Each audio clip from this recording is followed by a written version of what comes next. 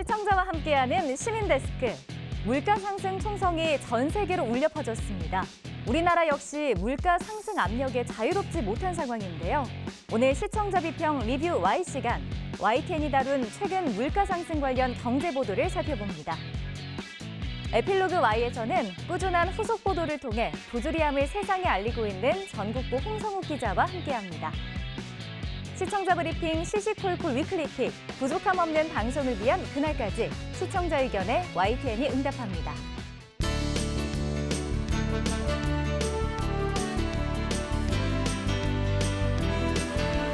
시청자 여러분 안녕하십니까? 시민데스크 호준석입니다.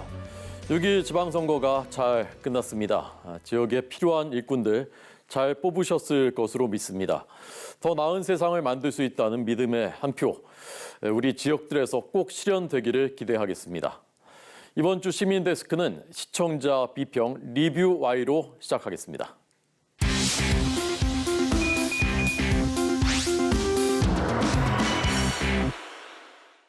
세 분 안녕하십니까? 네. 반갑습니다.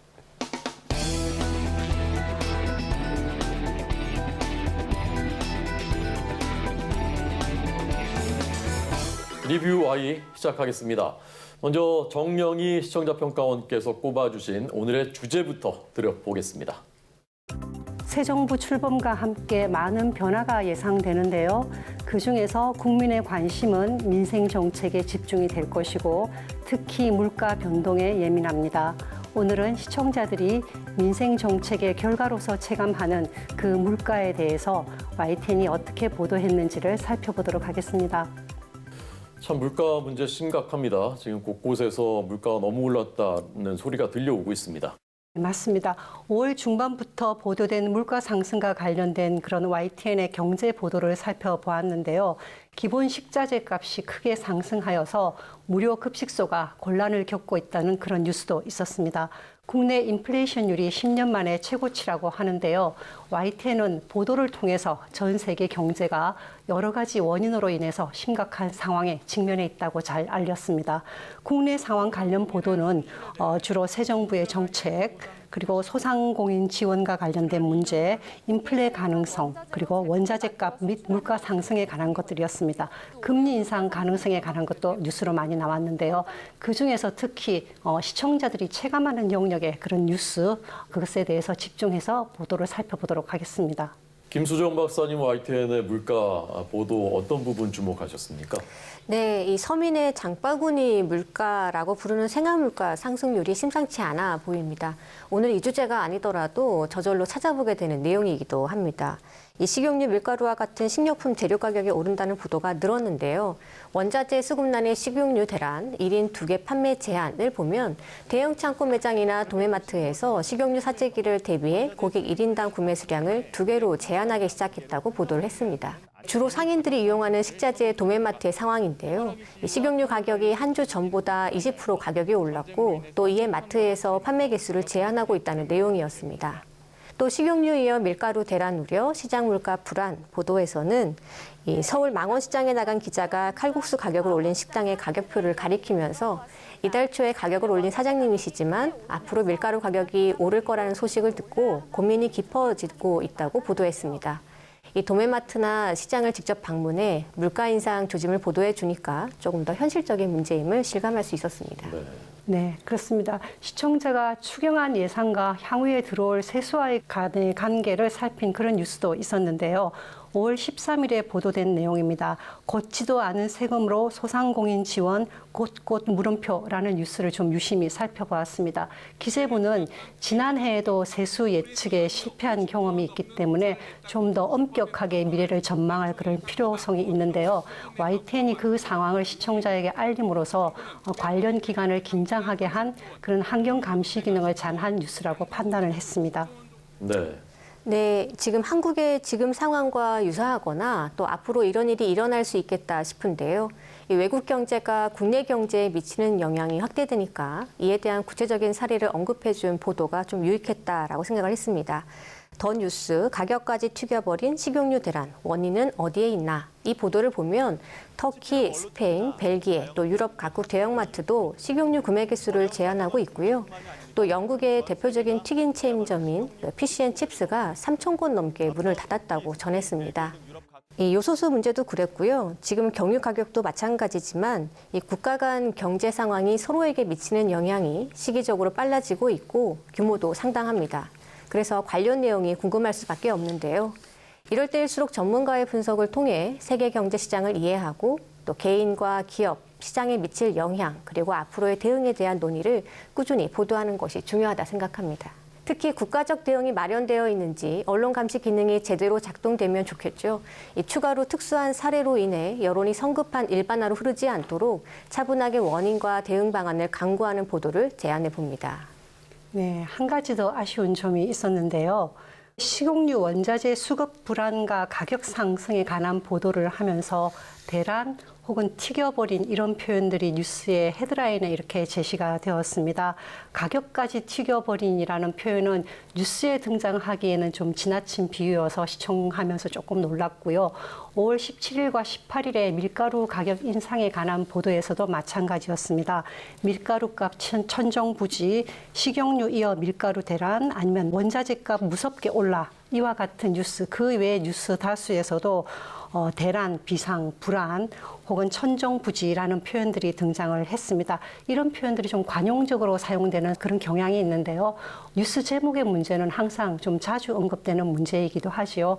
그렇지만 부정적인 사안인 경우에는 과격하고 자극적인 그런 용어는 과도한 염려와 그리고 혼란을 야기시킬 수 있기 때문에 조금 주의를 하는 것이 좋지 않을까라고 생각을 합니다.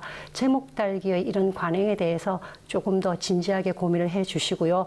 특히 연속적으로 보도되는 상황에서는 자칫하면 시청자를 공포에 빠지게 할 수가 있으니까 조금 유념을 해 주시기 바랍니다. 네, 그 YTN의 강점이죠. 이 전문가와의 경제대담에서 그 고물가, 또 고환율, 고금리, 그래서 퍼펙트 스톰이 나오는 것 아니냐라는 질문이 나왔었습니다. 이 시청자의 불안을 초래하는데 아무래도 좀 작동을 하지 않았을까 싶었던 부분인데요. 5월 16일 방송된 더 뉴스, 치솟는 밀가루, 식용유 가격, 민생 부담 가중될까 대담이었는데요. 이 인플레를 잡기 위해서 빅스텝이라고 하죠. 고금리 정책을 펼 수도 있다는 그 하는 총재의 발언까지 언급해서 이 퍼펙트 스톰 우려에 대한 지적이 있다고 했습니다. 이 퍼펙트 스톰은 초대형 경제 위기로 불리는데요. 한국이 퍼펙트 스톰을 경험한 것은 1997년 외환위기였다고 할 수 있습니다. 그 당시만큼의 강력한 경제 위기가 또 나타날 수 있을 것이냐, 그만큼 상당히 우려스러운 상황인지 걱정이 됐습니다. 벌써 퍼펙트 스톰을 미리 걱정할 단계인지 혹은 미리 걱정을 해야 하는 것인지 좀 혼동스럽게 느껴졌거든요. 위기를 예측하는 것도 중요하지만 막연한 불안을 조성하지 않도록 좀 주의가 필요해 보입니다. 네. 김선중 해설위원 실장께서는 어떻게 생각하십니까? 네, 두 분 지적 공감합니다. 경제 보도 굉장히 어렵습니다. 새로운 용어나 개념도 계속 생겨나고요. 내용 자체도 복잡하지만 모든 경제 관련 이슈들이 어느 관점에서 보냐에 따라서 해석이 다 다를 수밖에 없습니다. 그렇기 때문에 언론이 일부 통계만을 인용한다든지 특정 견해를 가진 학자들의 의견만을 맹신하는 건 굉장히 위험할 수 있습니다. 특히 방송 보도의 경우에 지면에 비해서 매체의 특성상 자세한 내용을 다 다루기 어렵다 보니 내용을 단순화하고 요약하는 경우가 많은데요. 짧은 시간에 복잡한 경제 관련 이슈를 너무 축약해서 전달하다 보면 자칫 자극적인 용어 사용을 통해 상황을 과장하거나 어느 한 방향으로 몰아가는 태도를 보일 수도 있습니다. 흔히들 경제는 심리라고 하지 않습니까? 단순 사실만을 전한다고 해도 여러 경제 주체들이 느끼는 체감 온도는 다 다를 수밖에 없는데요. 그만큼 매우 중립적으로 정교하게 조심스럽게 그리고 전문적으로 다뤄야 하는 분야이기도 합니다. 확인되지 않은 시장에 떠도는 일부 소문을 무분별하게 인용한다든지 자극적인 제목을 달아서 상황을 축소 또는 부풀리는 보도는 언론 스스로 매우 경계해야 한다고 생각됩니다. 또 하나 덧붙인다면 경제 관련 방송 보도의 경우에 이른바 장바구니 물가 같은 생활 밀착형 경제 보도에 집중하는 경향을 보이곤 하는데요. 하지만 조금 어렵고 복잡한 설명이 필요하다고 해도 전체 경제에 큰 영향을 미치는 주요 경제 이슈에도 좀 더 관심을 가지고 보도해야 할 것이라고 생각됩니다. 네. 참 시청자 여러분들 또 우리 국민들께서 이 물가 문제 좀 걱정도 하시고 어떻게 대응할 것인지 대책은 있는지 하는 부분이 궁금하실 텐데 그런 부분에 대한 YTN 보도에 대해서는 어떻게 보셨습니까? 네, 제가 찾으려고 좀 노력해 보았는데요. 아쉬움이 좀 남았습니다. 이 밀과 같은 곡류는 식재료이기도 하지만 사료이기도 합니다. 올해만이 아니라 내년 그리고 그 후에도 가격 상승은 이어질 것이고 여기에 육류의 가격 인상이 겹쳐질 경우에 소비가 움츠러들 텐데요. 이 앞서 언급했던 5월 16일 더 뉴스의 대담을 예로 들면요. 이 세계 2위의 밀 생산국인 인도가 밀 수출 금지령을 발표해서 이 밀가루 가격 상승은 예견된 상황이라고 전했습니다. 이 코로나로 시장이 회복될 것이라 기대했던 소상공인 또 자영업자들의 시름이 좀 더 심해질 수 있다고 판단됐고요. 이에 대한 대책을 좀 강구해야 할 텐데 좀 그런 점을 찾아볼 수 없어서 다소 아쉬웠습니다. 이 정부의 역할을 짚어보고요. 또 대책에 대한 실효성을 검토하는 것도 YTN 보도에서 다뤄질 필요가 있는 부분일 것입니다.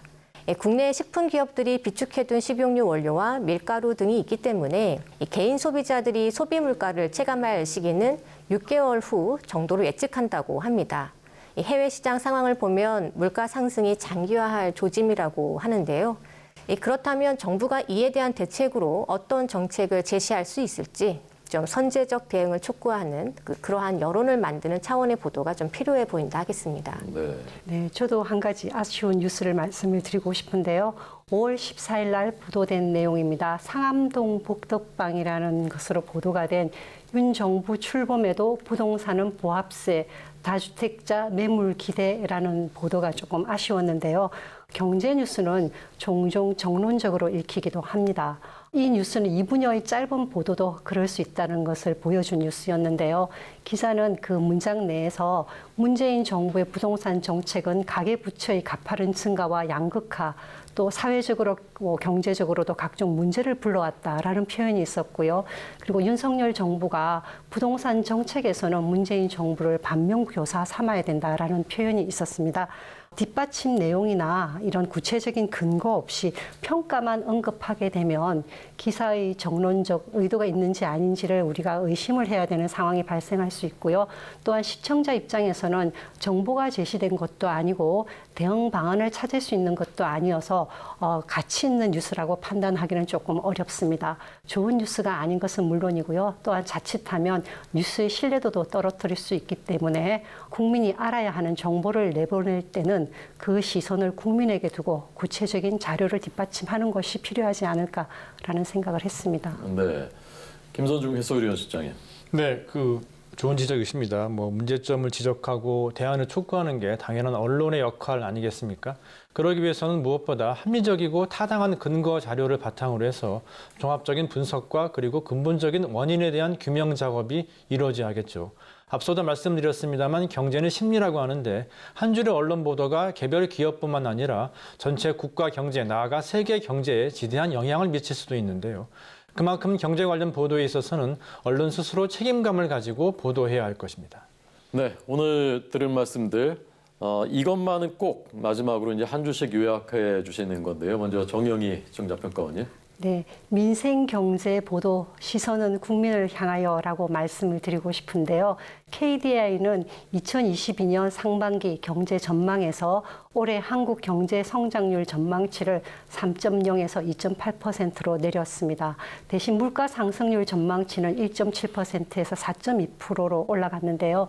이러한 전망에는 민간 소비 부진, 그리고 원자재 가격 급등, 그리고 주요 금리 인상, 수출 둔화 가능성 이런 여러 가지가 고려되었다고 합니다. 경제적으로는 아마도 만만치 않을 상황이 앞으로 계속 전개될 수 있다라는 얘기가 될 수도 있는데요. 그런 상황일수록 불필요한 그런 정론적 해석이나 혹은 평가 아니면 과도한 그런 불안을 조성하는 그런 보도가 되지 않도록 YTN이 좀 더 노력을 해주시길 바랍니다. 네, 김수정 박사님의 한 줄은 어떤 겁니까? 네, 불안 부추기지 말고 대책 강구하는 여론 조성해야. 러시아 우크라이나 사태로 촉발된 수급난이 언제 해소될지 불투명해지고 있습니다. 당장 경유 가격이 휘발유 가격보다 비싸지면서 화물차, 택시 등 생계형 사업자들이 어려움을 겪고 있는데요. 이 밥상 물가 상승을 우려하는 보도도 증가하는 추세입니다. 한국의 성장 동력이었던 수출 둔화가 장기화할 것이 뻔한 상황이기 때문에 이 물가 상승 원인에 대한 차분한 이해를 늘리고 또 정부의 적절한 대책을 필요함을 강조할 수 있도록 보도 방향을 맞춰야 하겠습니다. 네. 자, 오늘 세 분 말씀 너무나 감사하고요. 잘 경청해서 물가 잡는데 YTN도 더 좋은 뉴스를 통해서 도움이 될 수 있도록 노력하도록 하겠습니다. 오늘 세 분 감사합니다. 네, 감사합니다.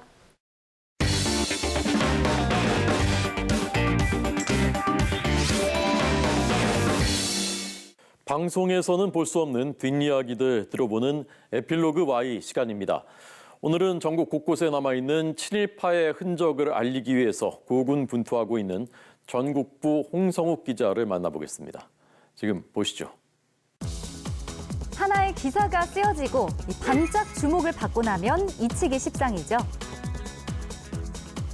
홍성욱 기자는 잘못된 문제를 바로잡기 위해 2017년부터 무려 5년간 이 친일파의 잔재를 쫓고 있다고 하는데요. 홍 기자의 끈질김은 어떤 변화를 만들었을까요? 지난 5년간의 수많은 취재 뒷이야기, 오늘 출연의 각오도 남다를 것 같은데요. 재미있는 취재 뒷이야기 많이 준비했으니까요. 너무 큰 기대는 마시고 재밌게 들어주셨으면 좋겠습니다. 이번 주 에필로그 Y 시간 전국부 홍성욱 기자와 함께합니다. 네, 기자님 어서 오세요. 네, 안녕하세요. 네, 안녕하세요. 반갑습니다. 우리 전국부 춘천지국에서 또 한 분의 손님이 이렇게 에필로그 Y를 찾아주셨습니다. 이전에 지환 기자님이 저희 에필로그 Y에 먼저 출연을 해주셨거든요. 혹시 뭐 보셨었나요? 선배 그 방송 출연한 거 재미있게 잘 봤습니다. 아, 정말요? 네네. 지환 선배가 혹시 먼저 출연한 사람으로서 꿀팁 같은 거 좀 전수를 안 해주셨나요? 꿀팁은 원고를 준비하지 말라 그래서 정말 다 비우고 왔는데요. 네. 선배 방송한 걸 좀 봤는데 굉장히 좀 낯설어서 평상시에 보던 선배 모습이 아니라서 평상시는 어떤 모습인데요? 평상시에는 좀 과묵하세요. 되게 저희 방송에 좀 친절하시고 이렇게 좀 이렇게 밝으시고 많이 웃으시고 이러셨거든요. 그래서 전 술 드시고 온 줄 알았어요. 아주 딴판의 모습이었다. 네네, 그렇죠. 네. 되게 이렇게 좀 친하신 그런 선후배 사이 같다는 느낌이 들어요. 친하진 않습니다. 저희 이제 비즈니스 관계. 지환 선배한테 뭐 이렇게 후배로서 그래도 담고 싶은 점 있으실 것 같은데 그런 거 없으세요? 이거 뭐 방송이니까 정말 솔직하게 선배의 출중한 외모와 훌륭한 인성을 담고 싶습니다. 너무 방송용으로 짜여진 각본으로 준비하신 것대로 하는 것 같은데요. 정론직필이 제 모토라 정말 있는 그대로. 네네. 알겠습니다. 네. 친하신 걸로 해야 될 것 같습니다. 네, 그럼 본격적인 기사 이야기부터 좀 해보겠습니다. 우리 기자님이 취재하신 기사를 좀 보니까 잘못된 부분을 좀 바로잡기 위해서 민성기 가옥 관련 취재를 지난 2017년부터 좀 해오셨더라고요. 이게 어떻게 해서 처음 취재를 하게 되셨는지가 궁금해요, 먼저. 처음엔 지인의 제보로 간단한 제보로 취재를 시작하게 됐는데요. 대표적인 친일파거든요. 그 경술국치의 주역이기도 한 민영이의 무덤인데요. 그 무덤을 지키기 위해서 만들어진 가옥이 문화재로 지정돼 있다는 것을 확인해서 이제 기사를 쓰게 됐습니다. 근데 사실 전 좀 궁금한 게 이게 이렇게 뭐 지인의 제보도 있었지만 모르고 있으면 그냥 지나칠 곳이고 부분이잖아요. 어떻게 해서 좀 취재를 하게 되셨는지 좀 그 과정이 궁금하거든요. 사실 뭐 제가 독립유공자의 후손이진 않습니다. 그런데 친일과 관련된 행적이 제대로 기록이 돼야 된다고 생각을 하게 된 계기가 그 문화재를 보면서 시작이 됐는데요. 처음에 제보를 받고 그 현장을 갔을 때 마을 주민분들도 계시고 이제 어린 학생들도 있더라고요. 이제 그 주변에 사는 학생이었는데 이제 문화재로만 알고 있더라고요. 그래서 저 뒤에 있는 무덤이 누구 무덤인지 혹시 아니? 물어보니 모른다고 하더라고요. 모를 것 같아요. 그렇죠. 어디에도 민영이라는 이름 세 글자는 나와 있지 않았거든요. 사실 그 얘기를 듣고 이거는 문제다. 우리가 낸 세금으로 그 집을 유지보수하고 이렇게 관리를 하는데 이 문화재가 어떤 역사를 가지고 있는지에 대해서는 전혀 기록이 안 돼 있으니까 바로 짚고 넘어가야 되겠다라는 생각을 해서 이렇게 취재를 하게 됐습니다. 17년에 이제 보도를 처음 시작해서 이후에 보니까 후속 보도도 계속 하셨더라고요. 네. 근데 이렇게 바꾸고자 했는데 후속 보도를 할 만큼 바뀌지가 않았었잖아요. 네. 좀 답답하고 어떻게 보면 좀 이렇게 짜증나는 부분도 있으셨을 것 같아요. 어떠셨어요? 정말 많이 답답했는데요. 우리가 뭐 민원 사항이 있어서 공무원들한 이제 시청이나 뭐 구청에 전화를 많이 하잖아요. 담당자랑 통화하기 굉장히 좀 어려울 때 있으시잖아요. 근데 처음에 취재할 때도 이런 식이었어요. 그러니까 문화재를 지정한 곳이 강원도예요. 강원도 문화재관리위원회라고 있어서 강원도에 전화를 했더니 지정은 한 거는 우리가 맞는데 관리는 춘천시가 하고 있다. 그 춘천시에 그래서 다시 전화를 걸어서 춘천시의 담당 부서의 담당자를 찾아서 전화를 했는데 춘천시에서는 반대로 우리가 지정한 게 아니라 이건 처음 지정할 때부터 잘못된 건데 지정을 한 강원도 쪽에 좀 물어보시라. 이게 서로 책임 이렇게. 떠넘기기 아닌가요? 네네. 그렇죠. 문화재청도 똑같았어요. 이거는 그 지방문화재라서 뭐 강원도나 춘천시에 좀 물어봐야 된다. 근데 어찌됐든 간에 이 문화재를 그 관리하고 유지보수하는 거는 춘천시의 책임이라 문의를 하고 뭐 정보공개 청구도 하고 이렇게 했는데요. 뭐 제대로 된 확실한 답을 들은 적이 없어요. 네. 지금까지도요? 지금까지도. 네. 계속해서 이제 전화도 하시고 보도도 나가고 그러면 좀 변화가 있을 법도 한데 이게 변화되기가 좀 어렵긴 한가 봐요. 뭔가 안내판을 새로 설치하거나 아니면 문화재 그 지정을 취소한다거나 할 때 제일 중요한 건 그 민간인의 소유의 문화재라면 그 소유자의 동의가 있어야만 해요. 근데 안내판을 설치하는 그 땅이 민영이 자손들이 소유하고 있는 땅이에요. 그러니까 이분들은 사유재산인 거네요. 내 땅에 조상의 어두운 과거를 들춰내는 듯한 그 안내판을 설치하기 당연히 싫겠죠. 그래서 이 춘천시도 계속 그런 얘기를 하고 있는 거예요. 소유자가 동의를 하지 않으면 안내판도 쉽게 바꿀 수가 없다. 네. 그럼 아직까지도 안내판은 설치가 되지 않은 건가요? 3월에 다시 이제 좀 그 담당자분한테 전화를 한번 드려봤어요. 그 안내판을 교체한다고 지난해부터 계속 말씀해 주셨는데 안내판 언제쯤 바꾸냐 그랬더니 조용히 그 담당자분께서 이 말씀을 하시는 거예요. 안내판 교체했다고. 그래서 저는 이제 내심 굉장히 기분이 좋았죠. 네. 드디어 내가 이렇게 계속 기사를 썼는데 이렇게 바뀌기 시작하는구나. 이제 후배 촬영 기자랑 같이 해서 기쁜 마음으로 이제 갔어요. 갔는데 안내판이 정말 이쁘게 설치를 해놨더라고요. 굉장히 세련되게 2022년식으로. 근데 이제 그 민영이란 석자가 들어가 있긴 했어요. 그런데 친일 반민족 행위자 민영이 이런 단어 대신에 조선 후기의 정치인이자 관료 민영이의 무덤을 지키기 위한 관리하기 위한 가옥이다라고 돼 있는 거예요. 근데 사실 이러면 정말 아무 의미가 없는 게 그 안내문을 보고 이 친일파 민영이를 모르는 사람이라면 오해할 수도 있겠구나라는 생각이 들어서 안 바꾸는 것만 못하다라는 생각이 들었고 그리고 다시 또 기사를 썼습니다.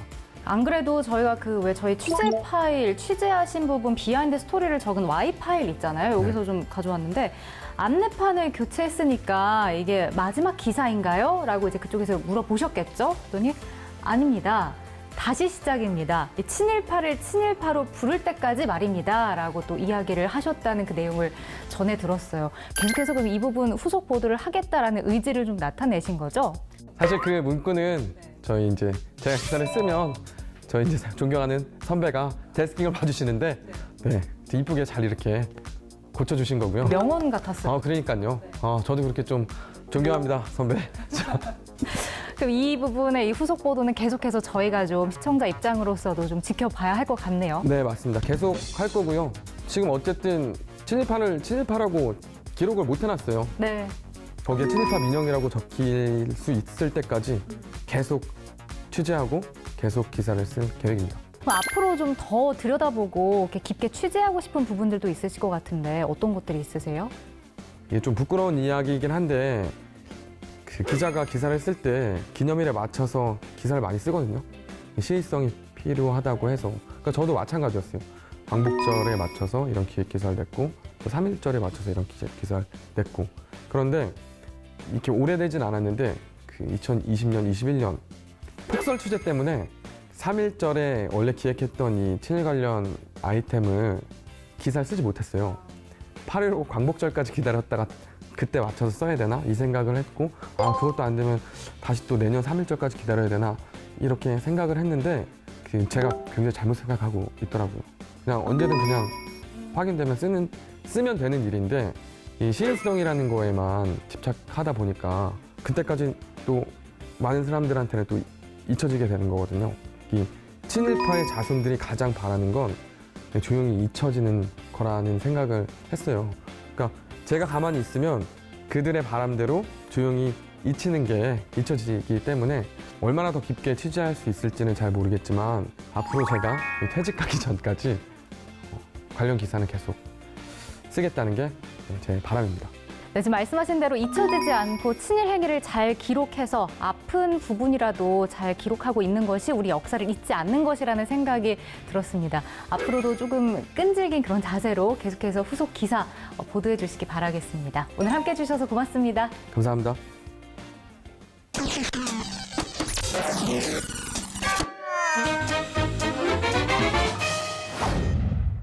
가장 빠른 옴부즈맨 프로그램 그 기록을 모아보는 시간입니다. 시청자 브리핑 시시콜콜 위클리픽. 이번 주 시청자 의견 함께 보시겠습니다. 대전에서 9살 어린이가 슈퍼마켓에서 물건을 훔치다 붙잡혔습니다. 그런데 가게 주인은 아이의 잘못된 행동이 아니라 팔에 있는 수상한 멍자국을 주목했고 이 아이가 부모에게 학대를 받은 사실을 알아냈습니다. 자그마한 체구의 아이가 서 있습니다. 그 앞에서 성인 남성이 아이 팔과 몸을 살펴보고 있습니다. 이때 주인은 아이 팔에서 수상한 멍자국을 발견했고 학대 정황으로 판단해 곧바로 경찰을 불렀습니다.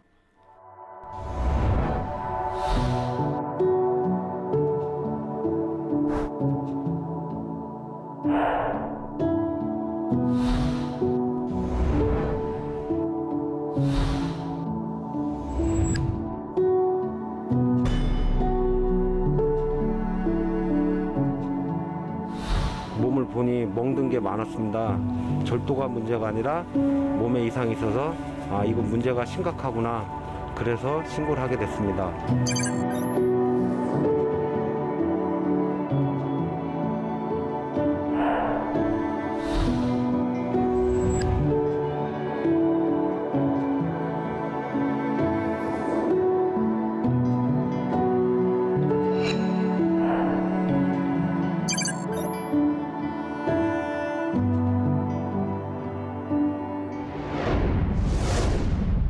칸 영화제에서 이관왕의 쾌거를 이루며 한국 영화사의 새 역사를 쓴 감독과 배우 금이 환영했습니다. 배우 송강호가 진짜 칸의 남자가 되어 돌아왔습니다. 한국 배우 최초로 칸 나무주연상을 품은 송강호는 한국 영화 팬들에게 공을 돌렸습니다. 한국 영화 20년 만에 두 번째 칸 감독상을 들어올린 박찬욱 감독 역시 엉뚱한 상을 받았다며 겸손하고도 재치 있는 소감을 남겼습니다.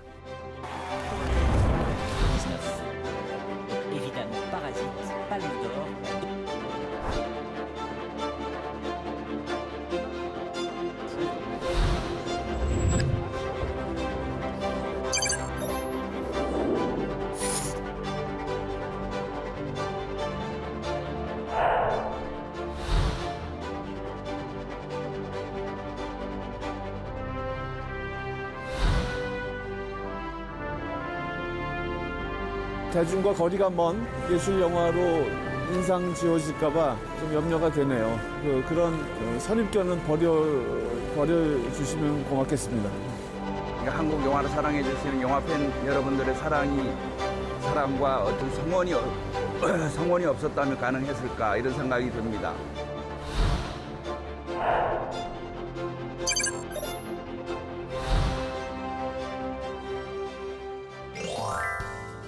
저는 돼지를 키우는 농장주입니다.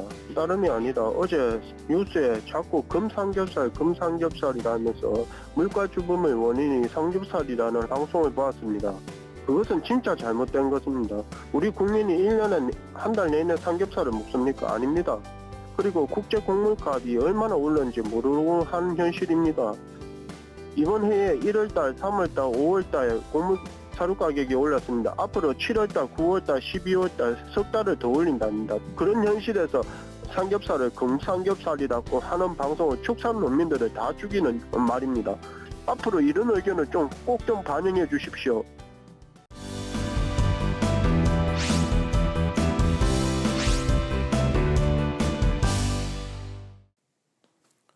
안녕하세요. YTN-DMB 시청자평가원 고두입니다. 코로나19의 전 세계적인 확산은 일상의 많은 부분을 변화시켰습니다. 대표적으로 실내와 실외를 가리지 않고 늘 마스크를 착용했어야 했었는데요. 지난 5월 초부터 실외 마스크 착용이 완화되면서 코로나19의 영향력이 다소 약해졌다는 생각이 듭니다. 이런 우리나라의 상황에서 해외 다른 나라들은 어떤 모습을 하고 있는지 글로벌 리포트에서 확인할 수 있었습니다.